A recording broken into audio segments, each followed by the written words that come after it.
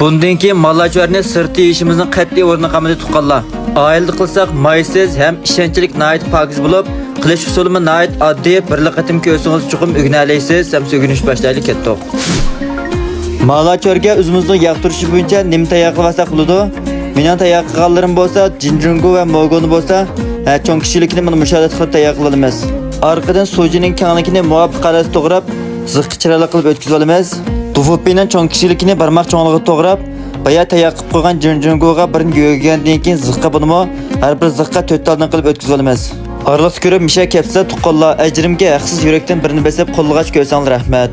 Navoda tarxamak va vanz mahsulotlarini yeyish yoqtirsanglar bularni ziqqa o'tkazib tayyor qilsak bo'ladi. Mana suratdagidek materialni ham tayyor qilib oldik. Endi biz qazo edishni boshlab ketaylik. Qozonga 1 kilo atrofida suv yoki sho'rib qo'yib, orqadan cho'ng ustamning yangidan bozorga solingan malachor testiqosdan 5 qushq atrofida solamiz. Buningga 3 xil laza va nurg'ulgan xushpurak materiallardan tayyor qilingan tuz miqdori oz, xushpurak ham maysiz chiqdi. Mana suratdagidek to'xtamay aralashtirib, tog'ni qaynatib olgandan keyin tayyor qilib olgan malachorlarimizni solib, rasla bir qaynatib pishiribla olib iste'mol qilsak bo'ladi. Amsa oxirida izchil qo'llab yuraklarni besayotgan urug' tuqqanlarimiz ko'pdan ko'p rahmat aytaman. Tininglar salomat, ishlaringlar o'ngishli bo'lsin. Kelar seni ko'rishaylik, xayr xo'sh.